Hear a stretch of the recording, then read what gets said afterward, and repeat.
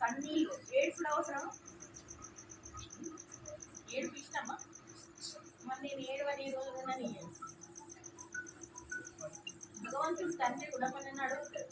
కొందరు బట్టిగానే ఫీలింగ్ ఊరికే వాళ్ళ ఊరుకొచ్చారు ఫీలింగ్ అసలు ఫీలింగ్ అంటే ఏంటి? బాధపడటం. ఇంకేమంటారు ఫీలింగ్? అలగడం. అలుగుతారా లేదా? పెద్దవాళ్ళు కూడా అలుగుతున్నారా?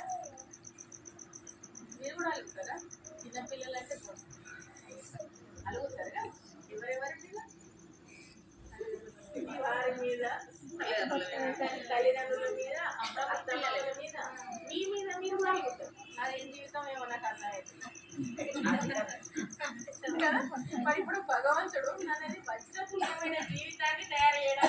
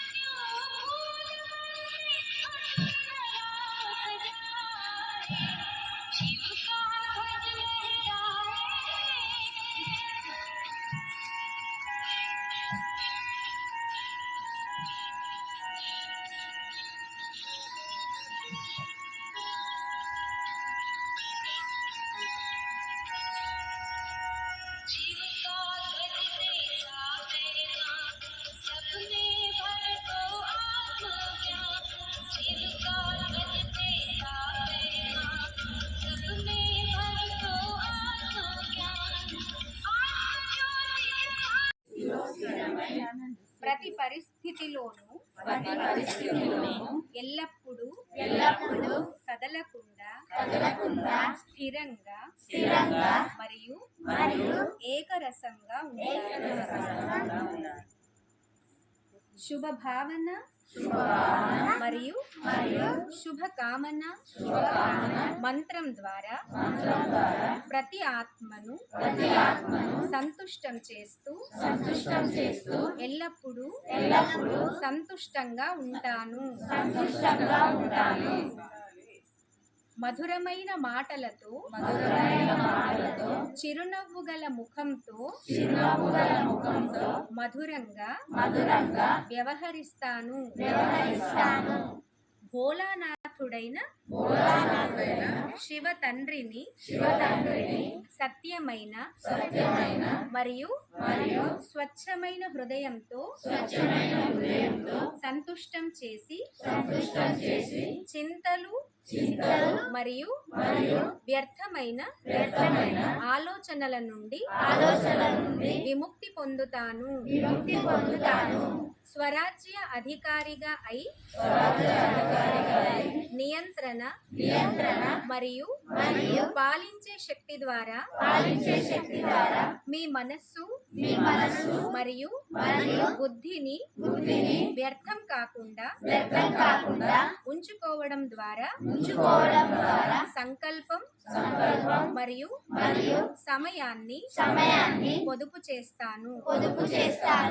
పరచింతన పరదర్శనం మరియు పరమతం నుండి ముక్తులై పరోపకారిగా అవుతాను. దృఢత మరియు పరివర్తన శక్తితో ప్రతి కారణాన్ని నివారణ చేస్తాను మరియు సమాధాన స్వరూపంగా అవుతాను. ఓం శాంతి.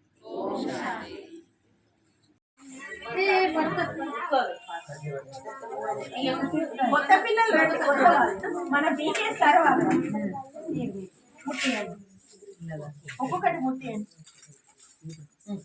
ఒక దీపం ముట్టియండి. కొత్త వాళ్ళు ఒక్కటే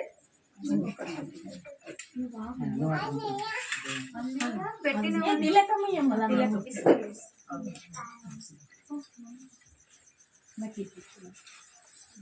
ముట్టించిన వాళ్ళు ఇట్లండి, తిలకం పెట్టి నేను అమృతం పెడతా, టోలీ అక్కడ ఇవ్వండి. ఇక్కడ ఇచ్చేస్తే